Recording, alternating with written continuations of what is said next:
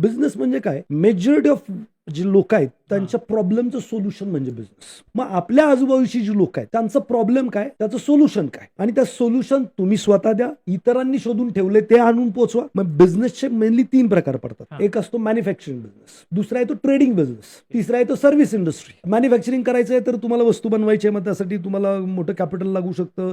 तुम्ही इनोव्हेटिव्ह असला पाहिजेत, कारण मार्केटमध्ये ऑलरेडी कोण असेल त्याला तुम्ही कॉम्पिटेटिव्ह प्रोडक्ट बनवलं तर परत अजून प्राइस वॉरमध्ये तुम्ही जाल, मग तिथं कॅपिटल पण जास्त लागतं, खूप साऱ्या गोष्टी लागतात. मग तुम्ही मॅन्युफॅक्चरिंगला थोडंसं बाजूला ठेवा. मग ट्रेडिंग बिझनेस करू शकता. तुमच्या आजूबाजूच्या लोकांना कोणत्या गोष्टीची गरज आहे, ती कुठं बनते आणि त्या प्रॉब्लेमचं सोल्युशन तुम्ही आणून द्या, किंवा सेवा सेगमेंटमध्ये जाऊ शकता. तर तुम्हाला पहिलं तर ऑब्झर्वेशन करता आलं पाहिजे, माझे प्रॉब्लेम काय. आता माझ्याकडे बघितलं तर शारीरिकदृष्ट्या माझे काय प्रॉब्लेम दिसत आहेत, डोक्यावर केस कमी दिसत आहेत, डेअरी बाहेर आलेली दिसते. पण तुम्ही जर हा माझा प्रॉब्लेम आहे त्याचं काही सोल्युशन देऊ शकत असाल, किंवा कोणीतरी याच्यावरती काय ते मेटाबॉलिक काय असतं ते वाढवलं तर वजन कमी होतं बरंच काय, पण तुम्ही जर मला इझी वे जर देऊ शकत असाल तर मग असं शोधता आलं पाहिजे, आणि मग ते शोधलं की तो बिझनेस होऊ शकतो.